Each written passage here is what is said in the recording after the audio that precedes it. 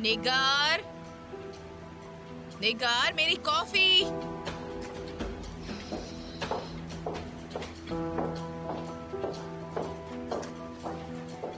मैं आ गई मिसेस जावेदान, ये लीजिए।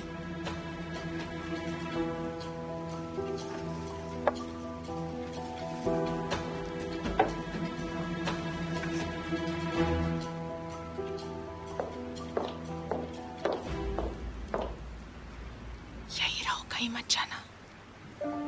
मैं कहीं और पढ़ लेती हूँ, मेरी बात मानो। क्यों?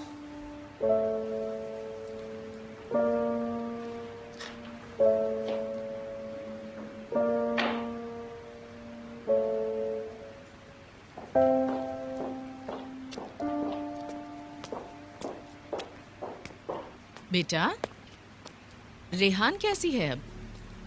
उसकी हालत में अब पहले से सुधार है? आई होप कि वो ठीक है अब। वो बस थोड़ी देर आराम करना चाहती है। प्रेगनेंसी में ऐसा होता रहता है बेटा, तुम्हें फिक्र करने की कोई जरूरत नहीं। ये एक टेम्परेरी फेज है, सब ठीक हो जाएगा। वो अपने हेल्थ के बारे में तो कुछ नहीं कह रही है, पर वो बहुत ज्यादा इमोशनल हो रही है।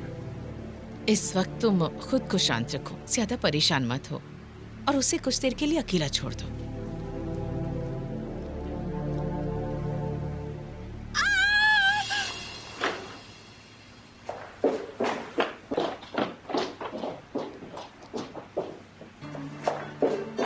क्या हुआ निगार, तुम चिल्ला क्यों रही हो?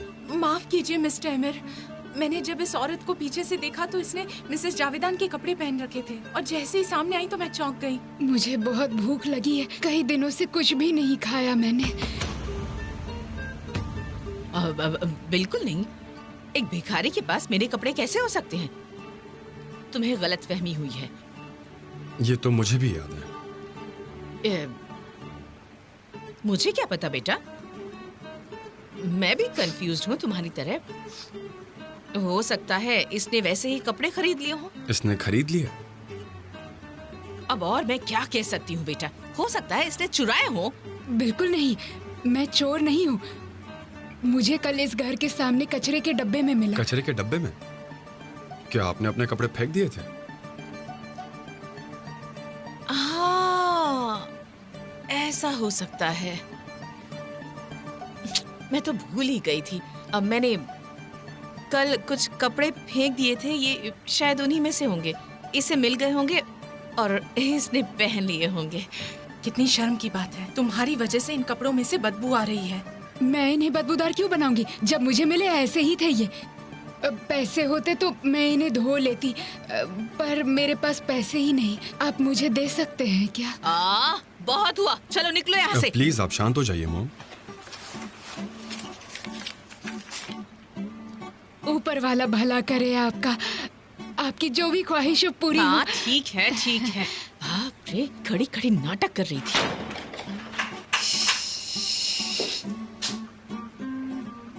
अब नाटक खत्म हो चुका है, तुम जा सकती हो।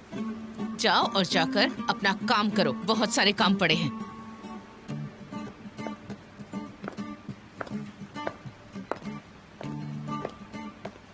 पर मैं सच में इस बारे में सोच रहा था। मैं इन सब बातों से बहुत परेशान हो चुकी हूँ। इस बारे में मैं अब कोई भी बात नहीं करना चाहती हूँ बेटा। हर रोज इस घर में कोई नया ड्रामा शुरू हो जाता है और तुम अपनी माँ को छोड़कर उस भिखारी की बात पर यकीन कर रहे हो। शर्म आनी चाहिए तुम्हें।